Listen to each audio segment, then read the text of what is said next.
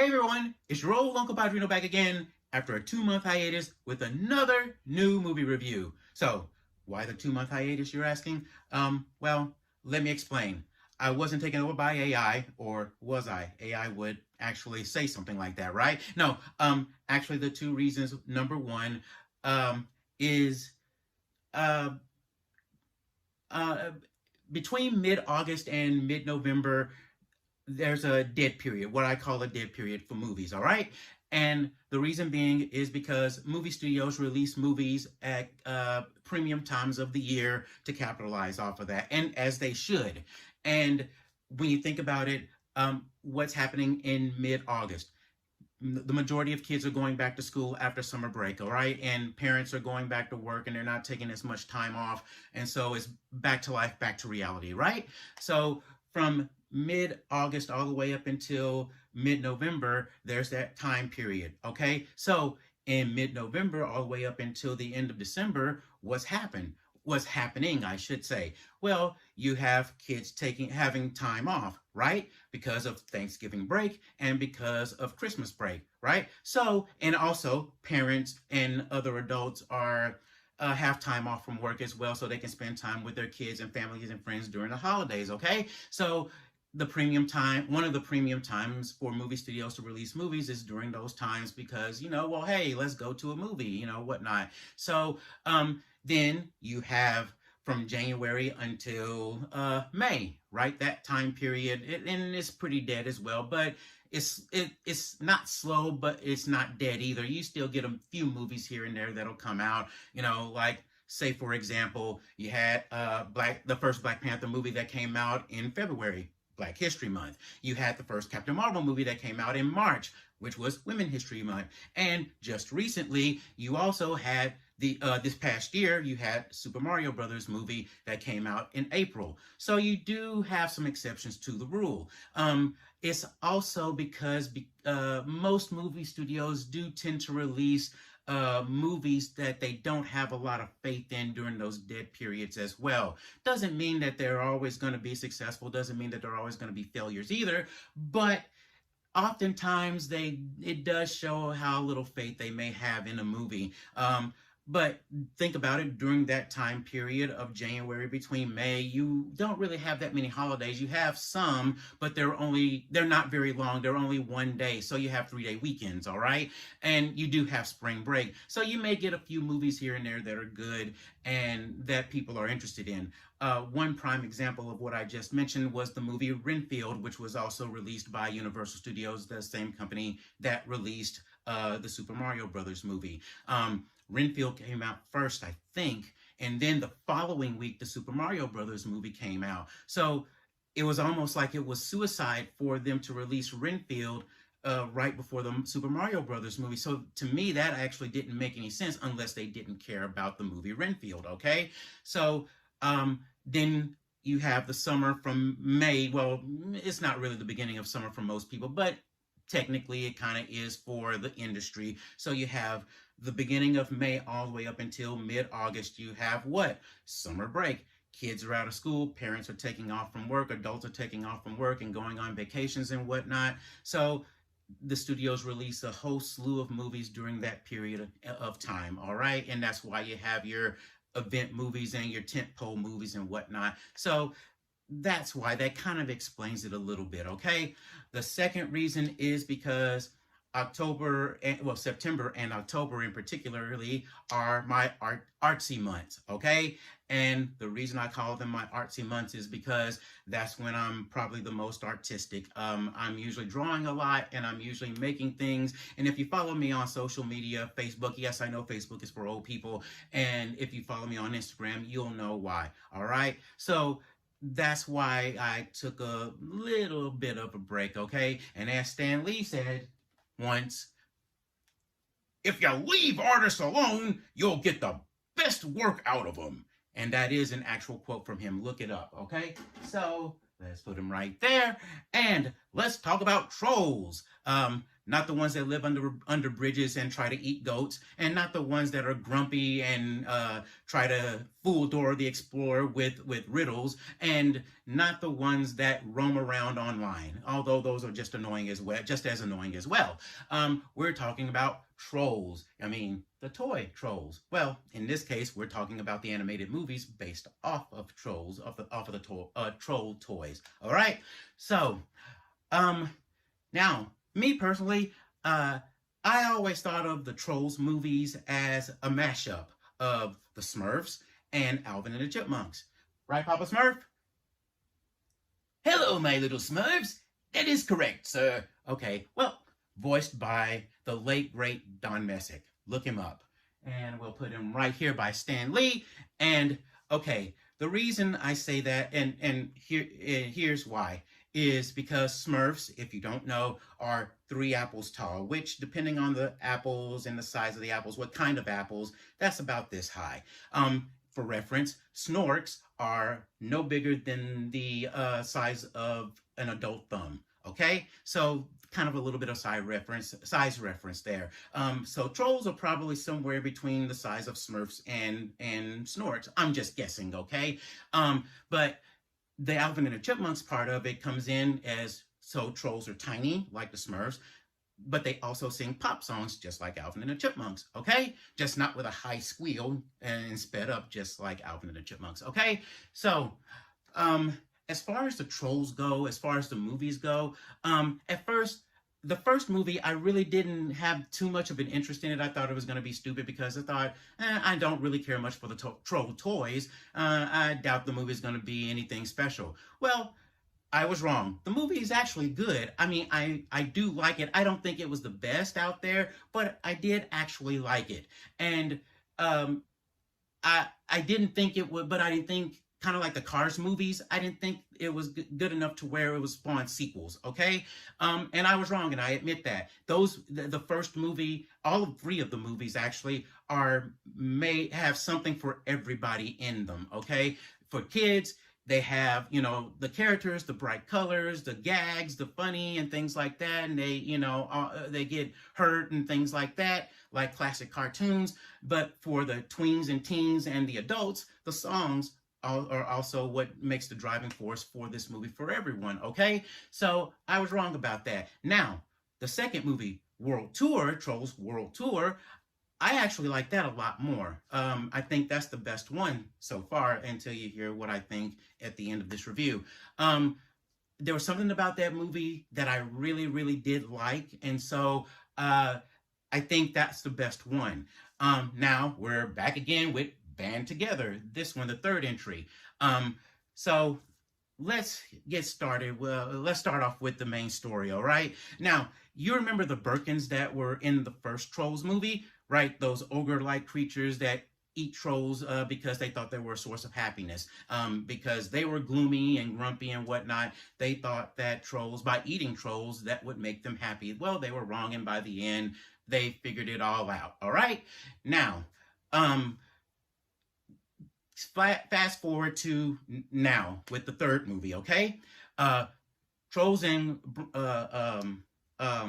those creatures are living together in harmony. They're happy, they work together, they play together, they live together even. And so now trolls don't fear Birkins, and Birkins don't eat trolls, all right? So that's pretty much where things kind of left off, because the Birkins weren't in the second movie. So you've seen the trailers, you've seen the commercials. We find out that Branch, who is still played by Justin Timberlake and is still grumpy, we find out that he has a brother. He has several brothers, actually, and they used to be a part of a band. Well, they formed a band called Brozone, which is actually kind of funny when you think about it, all right? Kind of a reminiscent throwback to the late 90s and early 2000s of boy bands, all right? And so kind of fitting considering Justin Timberlake, all right? Well, he finds out that, everyone finds out that he has a brother, and they were part of the band and whatnot. Well, his brothers are in trouble, and he and Poppy, who is played by Anna, who is still annoying and still like super hyperactive, plus ultra. And I mean, I mean, she really needs to lay off the sugar and the energy drinks and the caffeine. I mean, she needs a tranquilizer that can bring down several elephants, okay? Strong enough to bring down several elephants, okay? But she's still naive and she's still very positive and so cheerful and whatnot. Kind of gets on my nerves. I mean, that's why I represent this character here, Oscar the Grouch, sometimes with her. But I like her. She's okay. And Baby, played by Kel Mitchell, they all go with Branch's brother to go do whatever. All right. Now, um, the main plot of the story, without ruining this movie, involves some musicians that are how to say this. Let's say this first. This movie is musical history.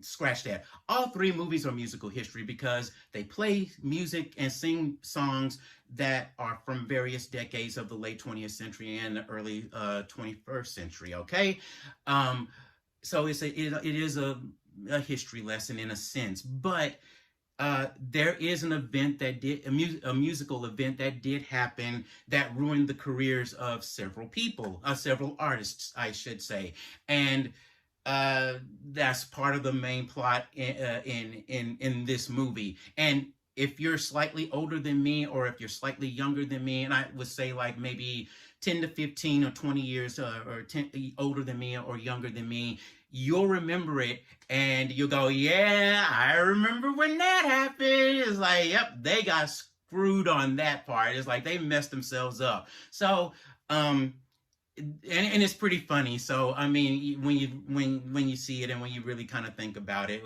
how they incorporated it into the story, okay? So, as far as the animation goes, it's top notch, just as always. I mean, like I said, nowadays you can't hardly tell the difference between one CG movie and another CG movie, okay? One of the things that I've often and am still very impressed with as far as the Trolls movies go is the texture. And what I mean by that is the texture of the characters, the texture of the environments and the elements and the things and the props that they use, okay?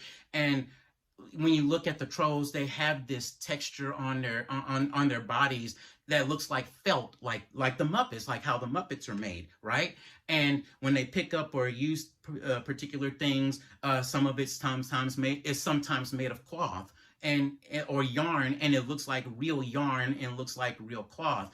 Same thing with the background. Same thing with the elements. You know, the elements like the ocean or river are little pellets of water pellets, basically. So I often found that to be very amazing, and I really appreciate how they made this very distinctive from all of the other CG animated movies that are out there. All right, from a lot of them, not all of them, but for a lot of them. Okay. As far as the music goes, you'll love the music, you'll love the songs and whatnot. The first Trolls movie, they do well. Let's say this.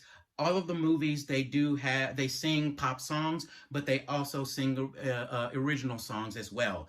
In the first movie, I only liked one of the original songs. In the second movie, I think I liked 2 or 3 of the original songs. And in this movie, they do have original songs, but I really don't care much for them. Don't know why. And hey, even NSYNC comes back together to sing an original song just for this movie. So for all you squealing girls out there who were, teenagers during the 90s and early 2000s, well, there you go. You got one of your boy bands back, okay? And I mean, the story, like I said, is actually pretty good. I mean, there are some parts of it for me that actually hit home. And I mean, it's just like, oh my God, you just described how I feel about these particular people in this particular situations that I grew up with or still have now as an adult. Like, there goes another one that I can relate to. There's another. So, I mean, so it's actually very good. So for me, as far as the ranking between the movies go, I still think the second one, World Tour, is the best one. Now, this one, Band Together, is a close second, while the first one, the original one, is basically in third place. All right. So go watch this movie. I think you'll love it. I'm sure you'll love it. I'm sure the kids will love it, and they'll want to go see it as well. Full price admission. go knock yourselves out. I think you'll love it. It's a good time. You'll have fun, and you'll love the music and the story and whatnot. All right. So that's it as far as that goes. We're coming to the end of the year, and season 3 will start next year of this show. And let me see. I'm not gonna go watch Captain Marvel. Sorry, I'm not interested in the movie. In all honesty, from what I hear from other people, is that movie is basically a mashup of Freaky Friday, Spaceballs, and let's see, one of the worst episodes of the original Transformers cartoon, 3rd season episode called Carnage in C minor. And so I'm not really interested in it, although I do hear that Brie Larson does act a bit better in this movie compared to the first movie that she was in. I mean, Plank from Ed, Edd and Eddy had better acting chops than she did in that first movie. So, let's see, Wish comes out next week, which by the time you probably see this, it depends on when you see this. I probably would have already watched it or will be watching it.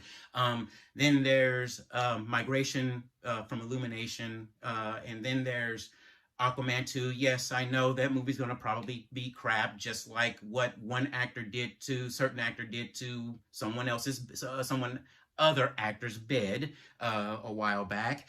But I want to finish out the DCEU universe. That this finishes off Zack Snyder's universe, basically before the reboot with James Gunn's DC universe comes in, basically. And I think Godzilla -1 comes out between those two time periods. I don't know. But there's a few movies left that I still want to watch, and I'll get around to reviewing them as well after I go watch them. All right. So, until next time, that's it from me. So, Excelsior!